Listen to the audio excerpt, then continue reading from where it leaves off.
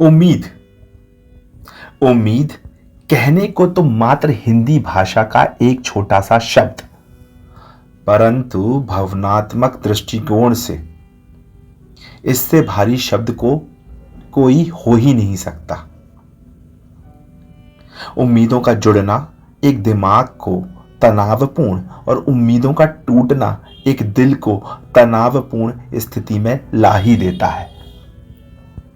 उम्मीद के पीछे की अगर मूल भावना को हम देखें तो वह कहीं ना कहीं एक स्वयं के अहम को खुश रखने हेतु दूसरों पर उसी खुशी को प्रदान करने की निर्भरता है।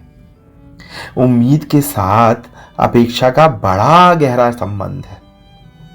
अपेक्षा भी फिर से एक अहम केंद्रित भाव है। अच्छा लगाने वाले कुछ रासायनिक पदार्थ जो कि हमारे शरीर को खुशहाल महसूस कराते हैं, वो ज्यादातर अहम केंद्रित अपेक्षाओं को पूरा होने से उत्पन्न होते हैं और उनका उत्पन्न होने का लगातार नशा ही उम्मीद है। जब कोई भी कारण से अपेक्षाएं पूरी नहीं होती हैं तो अहम केंद्र से इन रसायनों का उत्पन्न होना कम हो जाता है और अंततः कभी कभी शून्य सा महसूस होता है। उसी को अहम की भाषा में डिप्रेशन बोलते हैं। इन सब भूल भुलैया जैसे चक्रव्यूह के निकलने का एक ही तरीका है, उम्मीद के केंद्र का स्थानांतरण। अगर यही सब अपेक्षाएं दूसरे से नहीं स्वयं से हो जाए और केंद्र अहम नहीं केंद्र अंतरात्मा हो जाए तो हम मुक्ति पा सकते हैं और फिर मजे वाले रासायनिक प्रभावों से ऊपर हम आनंद की नियमित और लगातार स्थिति को प्राप्त कर सकते हैं। अहम हमें सिर्फ कष्ट में रखना चाहता है क्योंकि उसका अस्तित्व ही हमारे दुख से है। सुख तो बस एक आकर्षण सा है जिससे वह दुख को जिंदा रखता है। उम्मीद की तासीर कुछ ऐसी है कि वह जो लगातार जीवित रहना चाहती है।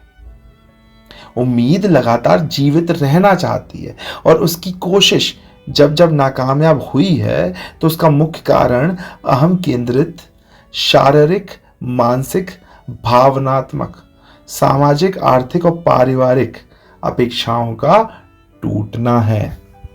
उम्मीद का लक्ष्य लेन देन से परे कुछ महान, विशाल और परोपकारी से अगर हो तो उपलब्धि की नहीं पर कर्म के भाव में शांति का अनुभव। हर उम्मीद को विलुप्त कर समर्पण और सेवा की नींव पर स्वयं इच्छा की चेतना से, ईश्वर की चेतना से मानो लगातार प्रेम प्रवाहित करता रहता है, प्रेम प्रवाहित करता रहता है और निर्भरता से स्थिरता की मनोस्थिति को प्राप्त किया जा सकता है। इसलिए उम्मीद तो रखिए, पर कैसे ये सुनकर खुद समझिए। धन्यवाद।